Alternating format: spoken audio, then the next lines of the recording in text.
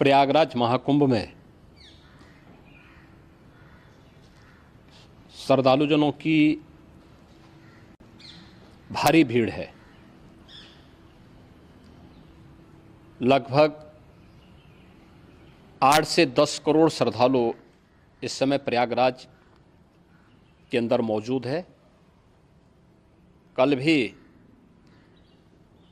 5.5 करोड़ श्रद्धालुजनों ने महाकुंभ का स्नान किया था। ये जो भारी दबाव श्रद्धालुजनों के कारण और श्रद्धालुओं के संगम नोच पर जाने के कारण वहाँ पर एक बना हुआ है, लेकिन पूरा प्रशासन मौके पे वहाँ मौजूद है।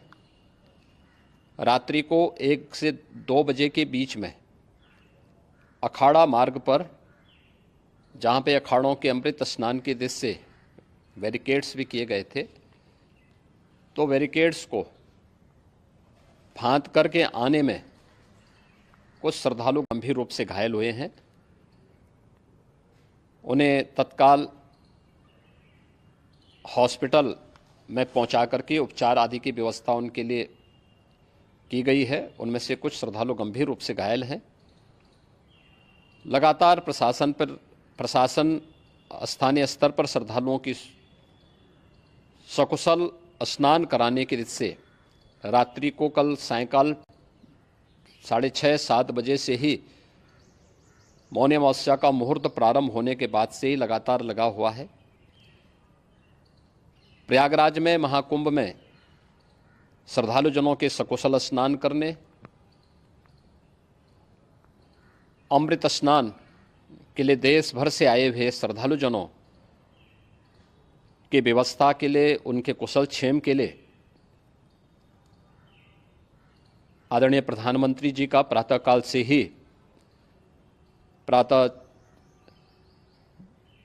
से ही उनके लगभग 4 बार प्रधानमंत्री जी ने हालचाल लिया है। माननीय गृह मंत्री जी ने,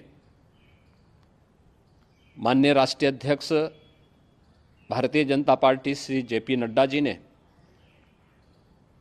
माननीय गृह मंत्री श्री अमित शाह जी ने भी, और प्रदेश की माननीय राज्यपाल श्रीमती आनंदीबेन पटेल जी ने भी लगातार जानकारी लेकर के सभी के कुशल क्षेम और सकुशल स्नान कराने के बारे में निरंतर रिपोर्ट ले रहे हैं।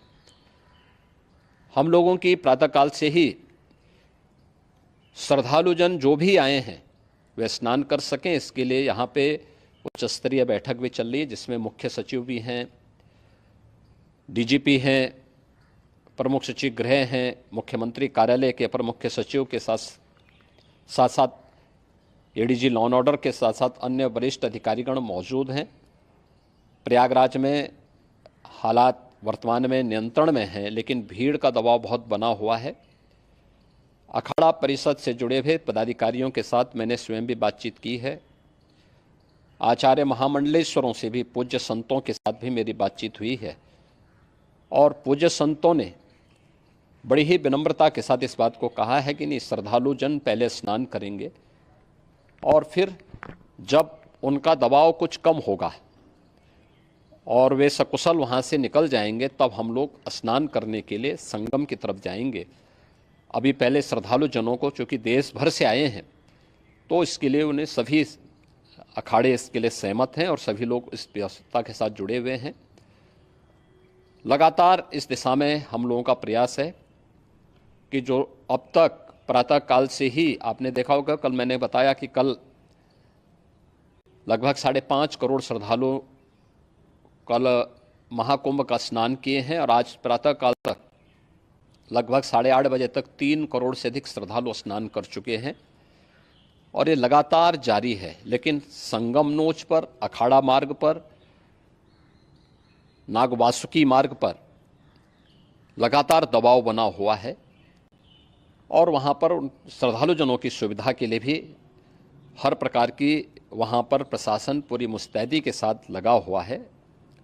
और इसीलिए मेरी अपील है पूरे प्रदेशवासियों से, पूरे देशवासियों से और सभी श्रद्धालुओं से भी सभी पूज्य संतों से भी कि अफवाह पर कोई ध्यान न दें, संयम से काम लें। ये सब आयोजन सभी लोगों का है। प्रशासन उनकी सेवा के लिए पूरी तत्परता के साथ लगा हुआ है। केंद्र और राज्य सरकार पूरी मजबूती के साथ वहाँ पर हर प्रकार का सहयोग करने के लिए तत्पर है। लेकिन कोई किसी अफवाह पे ध्यान न दे। कोई भी व्यक्ति नकारात्मक अफवाह फैलाने का प्रयास करेगा, उस प्रकार से नुकसान हो सकता है। और जहाँ पर हैं आप, लगभग 15 से 20 किलोमीटर के दायरे में अस्थायी घाट बनाए गए हैं। उसमें कहीं भी वे स्नान कर सकते हैं।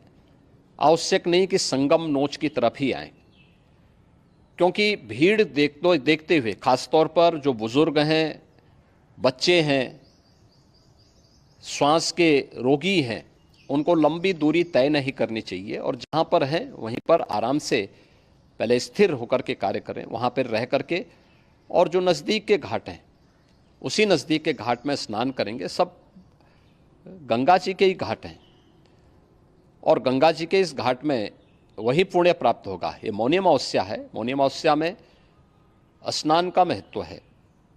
संगम में स्नान का दबाव बहुत ज़्यादा है, इसलिए सभी लोग अगर वहाँ पे इसमें अपना सहयोग करेंगे तो सकुशल हम सभी श्रद्धालु जनों को वहाँ पर स्नान करने में सफल होंगे। और फिर इसके उपरांत अमृत स्नान के लिए पूज्य संतों से भी